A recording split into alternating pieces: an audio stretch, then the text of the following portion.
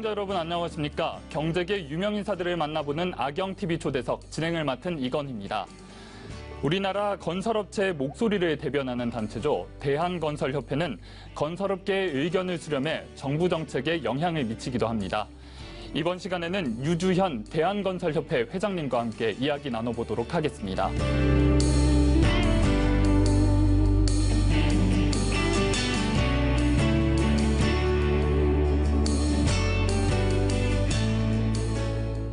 시간 내주셔서 감사합니다. 유주현 회장님 만나보도록 하겠습니다. 시청자 여러분께 인사 말씀 부탁드리겠습니다. 예, 안녕하세요. 대한건설협회 회장 유주현입니다. 지난 3월에는 대한건설협회 회장 취임 1주년을 맡으셨는데요. 소회가 어떠신가요? 그동안 저희 업계가 굉장히 어려운 상황인데 이 어려운 상황을 정부나 국회, 각종 그 관계기관에 호소하기 위해서 회원들과 더불어 시간들이 너무 빨리 지나간 것 같습니다. 본격적인 대담을 나누기 전에 대한건설협회 어떤 곳인지 간단히 소개 부탁드립니다. 우리 협회는 한 70년 정도의 역사를 가지고 있고요. 대형 건설 업체, 말하자면 삼성, 현대, 포스코 등 이런 대형 건설 업체는 물론이고 중소 건설 업체까지 포함해서 한 7,800여 개사의 회원을 가지고 있는 협회라고 말씀드리겠습니다. 현재 그러면 대한건설협회 회원들은 주로 어떤 기업들로 구성되어 있나요? 조금 아까 말씀드렸듯이 대중소 모두 우리 협회의 회원으로서 협회가 이 회원들을 위해서 여러 가지 정책들, 제도 개선 이런 것 등을 하기 위해서 열심히 활동하고 있습니다. 그렇습니까? 근데 제가 알아본 바에 따르면 협회 회원사의 98%가 이제 중견 또 중소건설 업체라고 들었습니다. 그런데 이렇게 대형사와 중소형사의 규모 차이인 만큼 서로 입장 차이가 굉장히 있을 것 같은데 협회에서 추진하는 정책에 있어서 이제 회원사들의 의견을 모으는데 어려움이 있을 것 같은데요. 아무래도 대중소가 이제 이해관계가 조금씩 다르기 때문에 입장이 조금 다릅니다. 그래서 협회가 이 서로의 입장을 좀 조정하고 정리해서 또 정책에 반영할 수 있도록 이렇게 하고 있습니다. 특히 이제 중소건설업체가 한 98% 정도 되는데 이 업체들이 사실은 상당히 열악한 환경에 있습니다. 그래서 여태까지는 중소업체들을 조금 더 우대하는 그러니까 중소업체 위주로 정책 활동을 했습니다만은 최근에 들어서 대형업체들의 사실 그 목소리가 중소업체들 위주로 너무 협회가 움직이는 것이 아니냐 하는 우려를 말씀하셔서 저희가 작년부터 대기업 정책위원회를 구성을 해서 대기업들의 목소리도 듣고 이분들의 애로사항들을 또 전달하고 개선하는 데 주력을 하고 있습니다. 이번에 또 이제 협회가 작년 4월에 대기업 회원사와 소통 강화를 위해 이제 많은 노력을 또 하셨다고 들었는데 경영애로 해소를 위해서 또 어떤 것들을 하셨나요? 경영애로 아무래도 저희가 지금 특히 이제 공공 부분이 굉장히 어렵습니다. 공공 부분에 그 공사비가 적정하지 않게 책정되기 때문에 이 부분을 개선하기 위해서 많은 노력을 기울이고 있습니다. 이 부분은 아마 대중소 할 것 없이 전부 어려움을 겪고 있다고 생각을 합니다. 똑같은 목소리로 지금 정부나 관계기관에 지금 건의를 하고 있습니다. 최근 건설업계가 또 시급하게 해결해야 할 문제로 적정 공사비 문제를 강조하셨습니다. 국가나 공공기관을 대상으로 하는 공공사에서 이제 공사비가 부족하다는 입장이라고 알고 있으면 될까요? 예, 그렇습니다. 지금 정부 공공공사가 저희 업계의 그 조사에 따르면은 한 30% 이상이 지금 적자를 내고 있습니다. 이런 건 상당히 구조적인 문제가 있습니다만은 작년에 저희가 130건의 그 공사 실행률을 조사한 바에 따르면은 한 37%, 40% 가까이가 적자라는 그 조사 결과가 나왔습니다. 그래서 상당히 심각한 상황으로 지금 인식을 하고 있습니다. 이제 공공공사에서 공사비가 잘못 산정되면 또 여러 문제가 발생할 것 같습니다. 또 어떤 문제가 그렇게 되면 생길까요? 아무래도 공사비가 이제 모자라서 적자가 된다 그러면 아무래도 정부에서 추진하는 뭐 일자리 창출이라든가 질 좋은 일자리, 시설물 네. 또 이런 것 등의 그 어떤 품질 저하 뭐 이런 것들로 이어지기 때문에 이것들이 모두 국민 생활에 사실 영향을 미치는 것들이지 않습니까? 그래서 이 적정 공사비는 반드시 해결해야 될 문제라고 저희는 알고 있습니다. 생각하고 있고 그렇게 건의를 꾸준히 하고 있습니다. 건설기업의 경영 악화가 또 밑에 있는 하청업체나 또 관련 산업에 있는 업체들에게 또 많은 영향을 줄 것 같아요. 최근에 건설 노동자가 다치는 LCT 사례도 있었고요. 이런 거는 뭐 어떻게 생각하십니까? 그렇죠. 아무래도 공사비가 적정치 못하면은 하도급 업체한테도 제대로 공사비를 지급할 수가 없죠.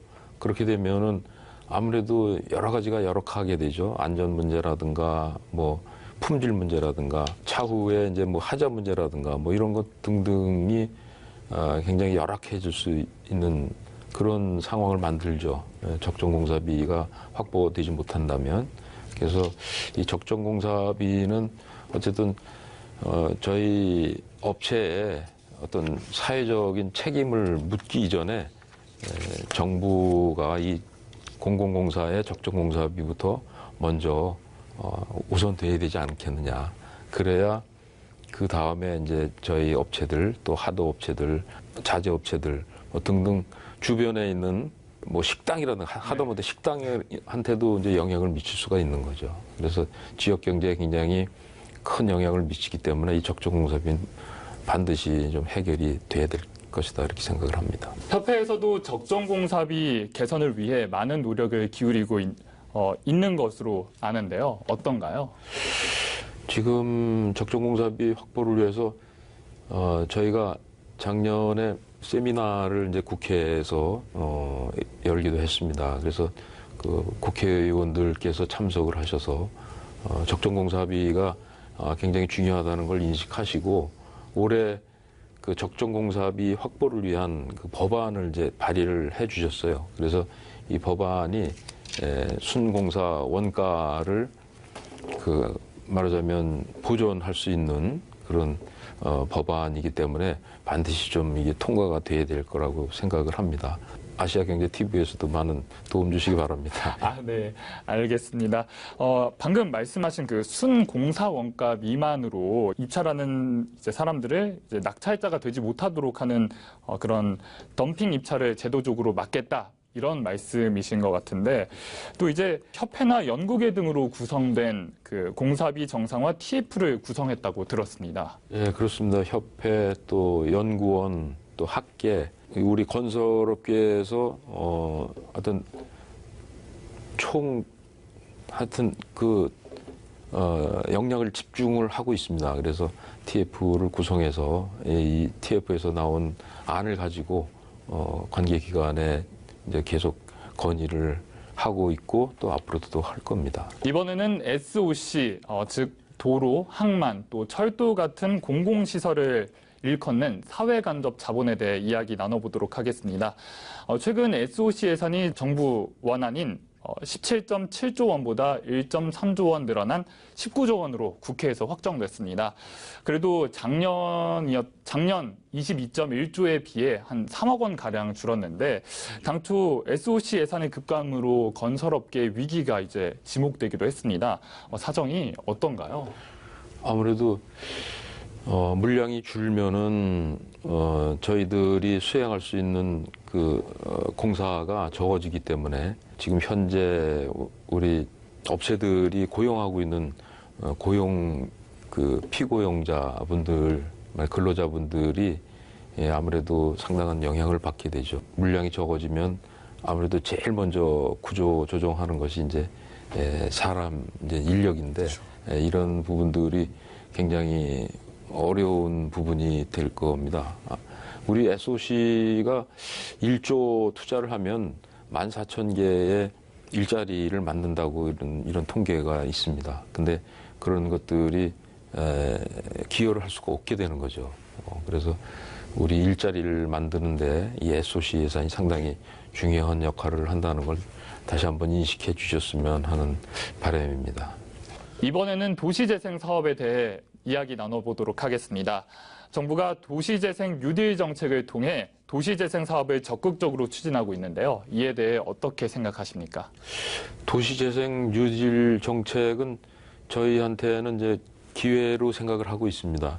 이게 왜냐하면은 특히 이제 중소업체들한테 상당한 도움을 주지 않을까 이렇게 저희들이 예상을 하고 있는데, 왜냐하면 이제 도시재생 뉴딜 정책은 이 소규모 단위로 이제 개발을 하기 때문에 아무래도 중견 중소업체들의 어떤 기회가 되지 않을까 그런 어떤 예상을 하고 있습니다. 그래서 도시재생 사업은 SOC가 주는 거에 대해서 좀 보상을 받을 수 있는 그런 분야가 아닌가 이렇게 생각을 합니다. 그래서 이 도시재생 사업에 저희도 많은 기대를 걸고 있습니다. 서울시에서도 도시재생 사업을 하고 있는 걸로 알고 있는데 그 예산은 어느 정도로 책정됐나요? 지금 작년에 2천억이던 것이 올해는 한 1조 정도 이제 책정된 걸로 지금 알고 있습니다. 한 5배 정도가 예산이 이제 증액이 됐는데 이 부분도 1조를 가지고 어느 정도 할 수 있느냐 하는 게 아직 올해 이제 그 시행을 해봐야 알겠는데 이런 부분들이 예산만 가지고 이게 가능한가, 민자도 필요하지 않은가, 사실 그런 생각을 합니다.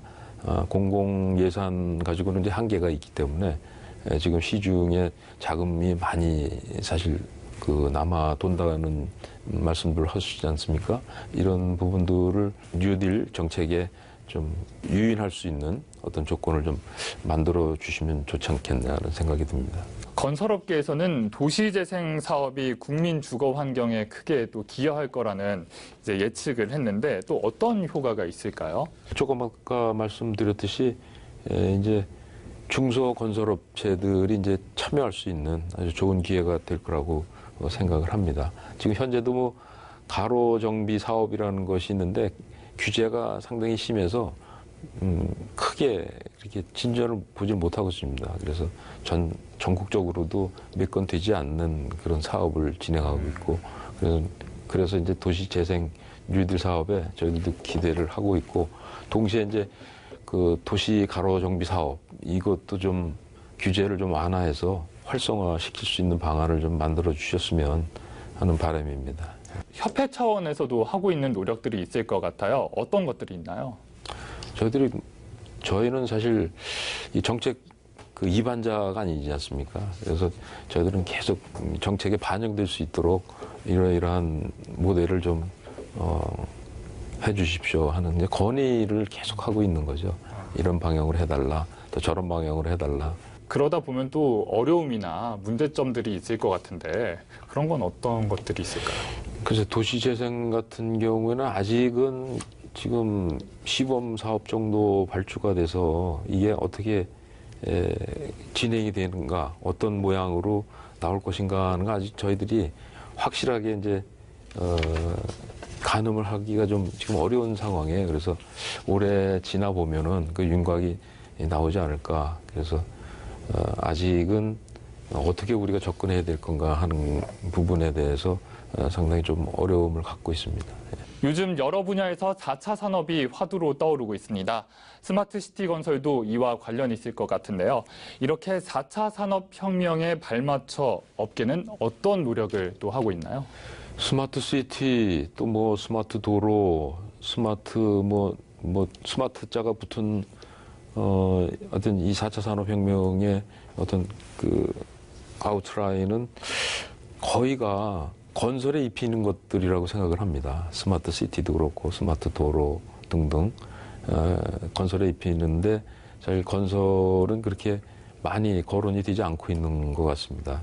그래서 앞으로는 건설이 좀 더 업그레이드 될 수 있는 계기가 될 수 있는 좋은 기회가 될 거라고 생각합니다. 4차 산업혁명이. 그래서 그런 부분들을 좀 더 우리가 개발하고 연구하려면은 사실 또 우리 업체들의 어떤 재정적인 능력이 생겨야 어떤 기술 개발도 하고 또 그런 업그레이드 할 수 있는 능력이 생기는데 여러 가지가 또 공사비 쪽으로 귀결이 될 것 같습니다. 그래서 어느 정도 이윤을 확보해야 또 재투자도 하고 또 인력도 또 확보를 하고 이렇게 선순환이 돼야 되는데 지금 사실 적정 공사비가 확보되지 않기 때문에 앞으로 이 4차 산업혁명에 대해서 우리가 참여할 수 있는 기술적으로나 어떤 질 높은 그런 우리 건설 산업 이런 게 되기 위한 어떤 전 단계가 아직 이루어지지 않다고 보기 때문에 상당히 걱정스럽습니다. 이제 4차 산업 하면은 또 사물 인터넷을 빼놓을 수 없을 것 같은데요. 이 사물 인터넷과 또 초연결 관련해서 어떻게 접목이 될 수 있을지 궁금합니다. 그래서 이제 뭐 앞에서 말씀드렸듯이 이제 건설에 다 입히는 것들이니까요. 이쪽 사물 인터넷이나 단순하게 뭐 인터넷이나 뭐 이런 것 등등만 연구해서는 안 된다. 거기에 건설에 어떻게 입힐 것인가 이런 것도 같이 함께 연구가 돼야 된다고 생각을 합니다. 예. 이번에는 주택 정책에 관한 이슈를 살펴보도록 하겠습니다. 정부가 잇따른 강도 높은 주택 정책을 내놓고 있는데 건설협회 장님으로서 어떻게 생각하시나요? 글쎄 저희 협회는 주택을 이제 사실 뭐라 그럴까요? 개입하기가 상당히 애매한 그런 위치에 있습니다. 왜냐하면 주택협회가 이제 별도로 있으시거든요. 그래서 저희가 얘기하기는 그렇게 뭐 적절치는 않은 것 같은데 다만 이제 각종 규제를 하시잖아요.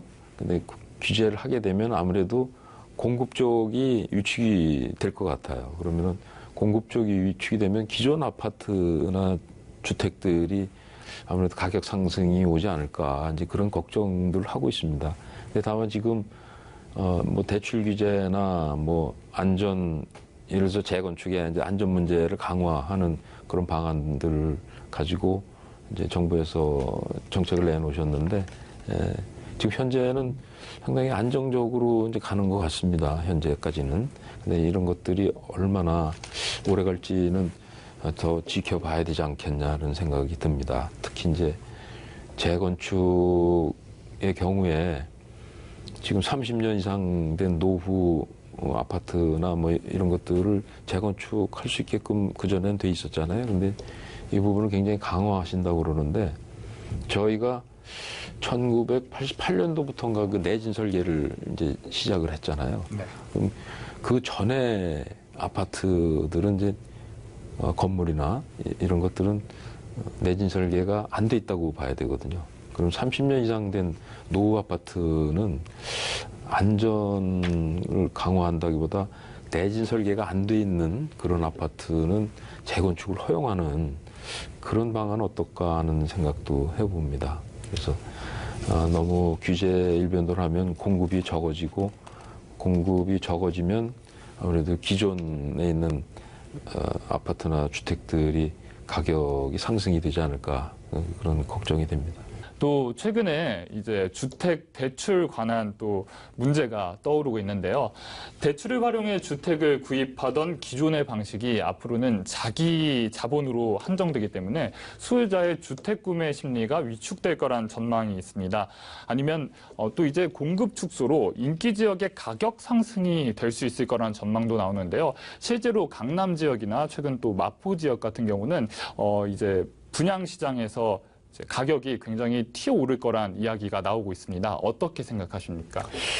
글쎄, 저도 좀 그렇게 생각을 하고 있습니다. 그래서 공급이 적어지면 아무래도 뭐 기존의 아파트나 또 인기 지역의 아파트는 오를 수밖에 없지 않겠냐 그런 생각이 듭니다. 그래서 대출 규제는 요즘 뭐 조금 규제를 해서 상당한 성과가 있는 것 같습니다. 집값 안정을 위해서 상당히 성과가 있는데 조금 더 두고 봐야 되지 않겠냐는 생각이 듭니다. 네. 일단은 정부를 믿어주고 규제 정책을 하던 걸 그냥 일단은 끌고 가야 한다는 말씀이신 것 같습니다. 글쎄, 네. 뭐 정책이라는 게 뭐 일관성이 좀 있어야 되니까 뭐 당장의 변화에 또 변경하고 또 바꾼다고 그러면은 정책의 또 일관성도 또 떨어지니까 예, 상당한 기간을 한번 봐야 될 것 같습니다. 예.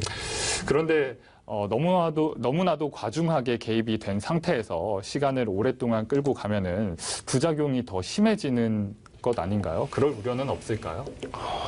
글쎄, 그것도 이제 두고 봐야 되겠죠. 네, 알겠습니다. 회장님, 앞으로 남은 임기 동안 대한건설협회를 어떻게 끌어나가실 건지 계획을 들으면서 이 시간 마무리하도록 하겠습니다. 지금 앞에서도 제가 제일 강조하는 것이 적정공사비 확보거든요. 이제 그게 어느 정도 시간이 걸릴지 앞으로 사실 모르는 상황입니다. 그래서 계속 우리 적정공사비 확보를 위해서 노력을 하고요. 또 만약에 그게 어느 정도 성과가 있다고 그러면은 그 다음에는 이제 또 다른 예를 들어서 우리 불공정 관행 같은 이런 부분들을 조금 더 심도 있게 다뤄서 이런 것들이 많이 개선될 수 있도록 지속 추진을 하고 싶습니다. 예. 끝으로 출연 소감이나 시청자에게 하시고 싶은 말씀이 있다면 부탁드립니다.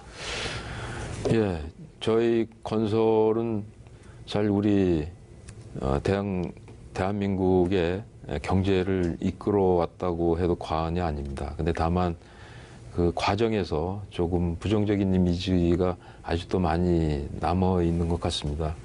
지금 우리 건설업계는 이 부분을 자정 노력을 하고 또 부단히 또 윤리 경영을 통해서 개선하고자 지금 노력을 하고 있습니다.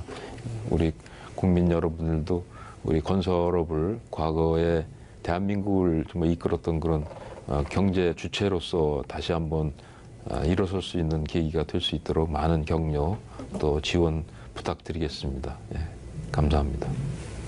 네, 말씀 감사합니다. 앞으로 협회를 통해 한국 건설 시장이 더 발전적인 방향으로 나아가길 기대해 보겠습니다. 악영TV 초대석, 이번 시간은 유주현 대한건설협회 회장과 만나봤습니다. 시청해주신 여러분 감사드립니다.